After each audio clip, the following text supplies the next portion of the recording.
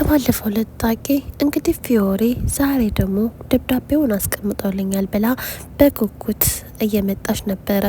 በቃ እኔ አልቻልኩም ከዚህ በላይ መቆም አቃተኝ እያለች ነበረ። እንግዲህ ሁለታቸውም አይተዋወቁም። በማይታወቁ ሰዓት ያው እንግዲህ በደብዳቤ ፍቅር ነው።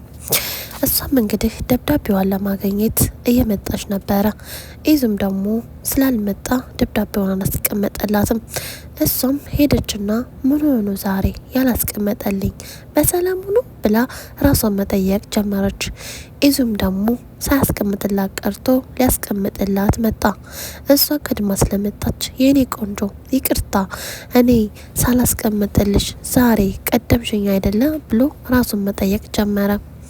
ከዛም በኋላ እሷም ደግሞ ትሄዳለች። መልሶ በመናግስቴው ኢዙ ወዳለችበት ቦታ ደብዳቤውን ያስቀምጥላታል። እሷም ደግሞ ደብዳቤዎቿን ለመውሰድ ትመጣለች። በቃ የጻፈላት ደብዳቤዎች ከአይን የማይጠበቅና ደስ የሚል ግጥሞች ነበረ። እሷም ደግሞ እንባዎቿ ኮልልልልል አሉ። እኔ በቃ ምንም አልቻልኩም። መቼ ነው የማገኘው? እስከ መቼ ድረስ ነው እንደዚህ በተስፋ የምኖረው? እንደዚህ በደብዳቤ በቴክስት የምኖረው አለች። እሷም ያስቀመጠችለት ደብዳቤ የኔ ቆንጆ እኔ እንዴት እንደምወድህ ልነግርህ አልችልም። ከቀን ከሰዓት እየጨመረ ነው ፍቅር የሚሄደው ትለዋለች። ግን እኮ እንዳንተ መግጠም ባልችልም ግን አንጎራጎራለሁ ትለዋለች። እኔ በአካል ሳገኝህ እዘፍንልሃለሁ፣ አጫውተሃለሁ አለች። እሱም ደግሞ የኔ ቆንጆ አይደለ ብሎ ደብዳቤዎቹን አንስቶ ይሄዳል። ከጓደኛው ጋር ነበረ። ጓደኛው ሊስትሮ ይጠርጋል። የሆነች ልጅ ነበረች። እሷም ደግሞ ወደ እሱ ጋር ስትመጣ የለም ከይዙ ጋር ሂዶ ነበርና እያወራ ነበረ። ያ ጓደኛሞች ስለሆኑ ምስጢረኛሞች ስለሆኑ ማለት ነው። በቃ ይዙ እስኪ ስለባለፈው ህይወትህ ንገረኝ ብሎ ሲለው እኔ ከምን ጀምሬ ልንገረኝ ይለዋል። በምን ስበብ ነው ሲጋራው ልታጨስ የሞከርከው አለው። እኔ አባቴ በወታደርነት ሞተ። እኔና እናቴ ነበር የምንኖረው ባህር ዳር፣ አሁን ደግሞ ወደ አዲስ አበባ መጣን ይለዋል። ከዛ እና ታዲያ እንደዚህ ለምን ሆንክ ይለዋል። ኢዳና የምትባል ልጅ አፈቅራት ነበረ። አብረን ስንማር ጀምረን በፍቅር ውስጥ ኖረን ነበረ። ግን እሷ ወደ አሜሪካ ከሄደች በኋላ በጠብቃት ስደውልላት አታነሳም እና ደግሞ በቃ ከዛን ሰዓት ጀምሬ እሷን እያሰብኩ ነበረ።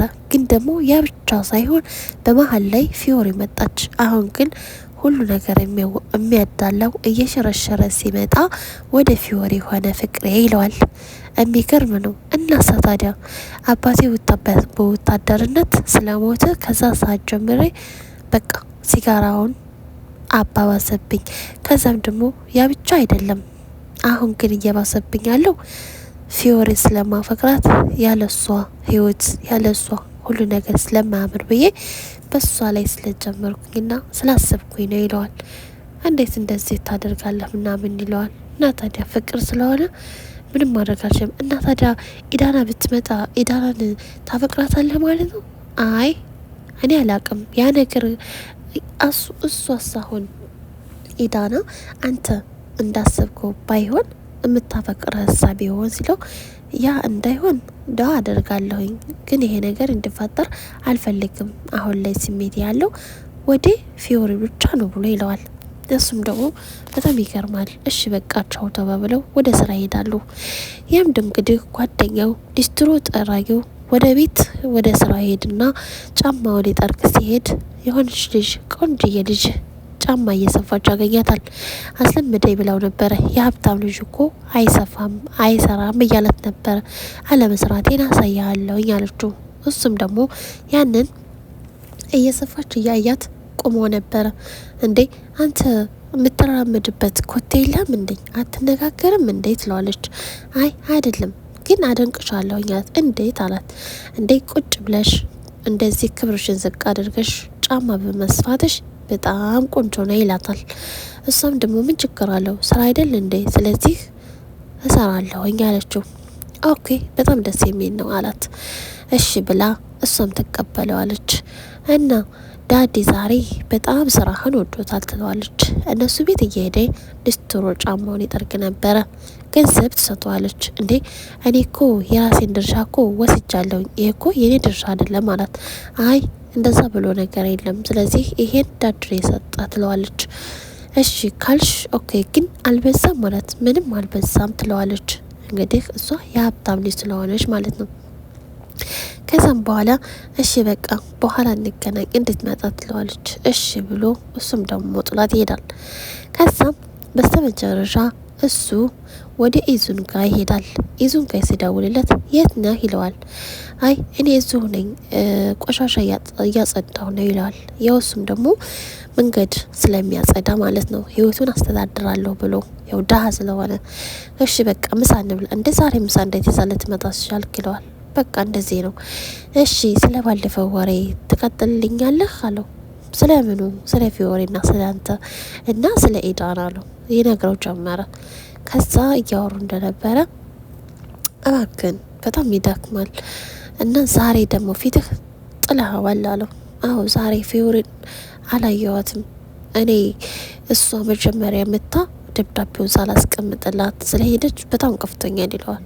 ችግር የለውም እና ኤዳናስ አሁን እንደው ብትመጣ ድንገት ፍቅርህ ይመለሳ ብለህ ትለዋለህ ይለዋል።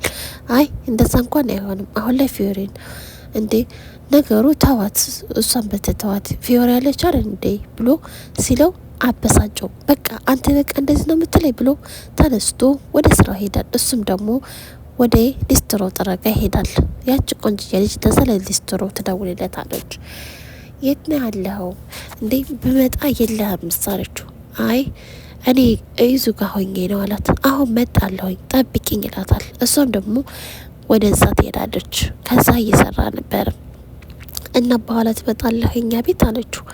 እመጣለሁኝ እሺ እኔ እኮ ትናንትና በጣም አስከፍተኛል ማሚ ኑራቢ ነው እንጂ እንዴት ሰላም ሳትለኝ ትቀራለህ አለችው። አይ ምንም አይደለም ምናምን ይላታል። እና እሺ በቃ በኋላ እንገናኝ ትለዋለች። እሺ ይልና እሷም ወደ ቤቷ ትሄዳለች። እሱም ደግሞ ወደ ስራው ይሄዳል። በነገራችን ላይ አንዳንድ ጊዜ ፍቅር በገንዘብ አይገኝም። ይች እንግዲህ የሀብታም ልጅ ናች። ኢዙም ደግሞ የሀብታም ልጅ አፈቀረ። እሷን ደግሞ ሴቷ የሀብታም ልጅ ናት፣ ሊስትሮ አፈቀረች። ወይ ጉድ! በፍቅር ተጣመዱ። እሺ ከዛ አማን የሚባል ልጅ ይመጣል። አማን ደግሞ በጣም ደረቅ ስለ ራሱ ሲያስታውቅ ነበረ። የአዲስ አበባ ልጅ ነው። ከዛ ሲኖር ነበረ። አባቱ ወደ አሜሪካ ሄዶ እህትና ወንድም እንዳለው ፊዮሬን እንደሚያፈቅራት ይናገራል።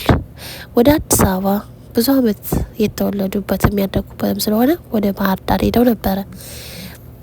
ወደ ባህር ዳር ሲሄዱ ፊዮሬን እንደሚያፈቅራትና በጣም ደረቅ እንደነበረና ፈሪ እንደነበረ ነበረ።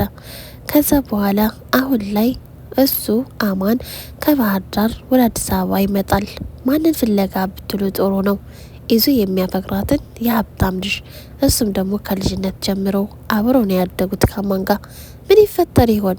ኦይ አማን አልተቻለም፣ ከአሁኑ አልተቻለም ማለት ነው። ከዛም በኋላ እሱም ወደ ፊዮሬ ያለችበት ቦታ ይሄድና ቤቷን እያየ እኔ እኮ አንቺን እንዴት እንደምወድሽ ታውቂያለሽ፣ መናገር እኮ ስለማልፈልግ ነው። የዛ ሰዓት ፈሪ ስለነበርኩ ነበረ። አሁን ግን እልም ያልኩ ደረቅና ከአንቺ ጋር መለየት አልፈልግም ብሎ ይላል። እሺ ከዛስ ኢዙን ደግሞ ደብዳቤውን አስቀምጦ ለፊዮሬ ይሄዳል። ፊዮሬም ደግሞ ያችን ደብዳቤ ወስዳ እያነበበች ትሄዳለች። እሱም አማን እንግዲህ ስለራሱ እያወራ ይመጣል። በሚያወራበት ሰዓት ለሷ ብሎ እንደመጣ ሁሉ ነገር ጥሎ ለፊዮሬ ብሎ እንደመጣ ነው። ማንም የማይደራደርብኝ በሷ የመጣ ነገር ምንም ነገር ቢሆን እዋጋለሁ አለቅም እያለ ነው። ከዛም በኋላ ፊዮሬም እንግዲህ ሁለተኛ ደብዳቤዋ ልትወስድ መጣች። ኢዙም አስቀምጦላት ነበረ። እንባዋን አለቀሰች። ምን እየተካሄደ ነው ብሎ ይላል አማን። ይህንን ነገርማ መከታተል አለብኝ፣ ምንድነው ያለው ነገር ብሎ ይላል። እንዴ ደብዳቤ አነበበች፣ አለቀሰች። እኔ ከሷ እንባ ነገር እንደወጣ አልፈለግም ይላል አማን። እሱም ደግሞ ኢዙ ሁለተኛ ደብዳቤውን ያስቀምጥላታል። እንዳስቀመጠላት እሱም ደግሞ ይሄ ደግሞ ምን አይነት ሰው ነው? ቆሻሻ ጠራጊ ሰው ደብዳቤ አስቀምጦ እሷን የሚያስለቅሳት ምን ተፈጥሮ ነው ብሎ አማን ይጠራጠራል። ስለዚህ ይህንን ነገር መከታተል አለብኝ ይላል። ሆይ እንግዲህ ሶስተኛ ዓለም ጦርነት ማለት እንደዚህ ነው። በፍቅር ላይ ሶስተኛ ሰው ሲገባ ከዛም በኋላ የአዲስቶር ጠራጊ ደግሞ ያችኛይቱ ስላስቀየመችው በቃ ይቅርታ ብላ ደውላ ትጠይቀዋለች። ስላስቀየምኩ ይቅርታ አድርጌልሻለሁ፣ እሺ ይቅርታ ታደረክልኝ እቀፈኝ ትለዋለች። እሱም ደግሞ ለማቀፍ አልፈልገም፣ አቀፈችው። ከዛ እየሮጠ በዝሊድ እያለ እየተደነባበረ ነበረ። በቃ እሷም ደግሞ ሳቀች። ምን አጥፍቼ ነው ግን እኮ እሱ ነው ጥፋተኛው ብላ ነበረ። በስተ መጨረሻ ይቅርታ ጠይቀችው። እንግዲህ አማን ደግሞ እሱን ለመከታተል ኢዙን ለመከታተል ደብዳቤውን አስቀምጦ እያየ ነበረ። ለምንድነው አስለቀሳት? ለምንድነው እንደዚህ እያላት እየተነጋገረ ነበረ። ወይኔ ከአሁኑ አማን የሚባል ሰውዬ ክፋቱ ጣለብኝ። ለምንድነው ግን ሶስተኛ ሰው በፍቅር ሲገባ እኔ ነፍስያዬ ለራሱ ይጨነቃል። ቀጣይ እስከምንገናኝ ድረስ አሰላሙ አለይኩም ወራህመቱላሂ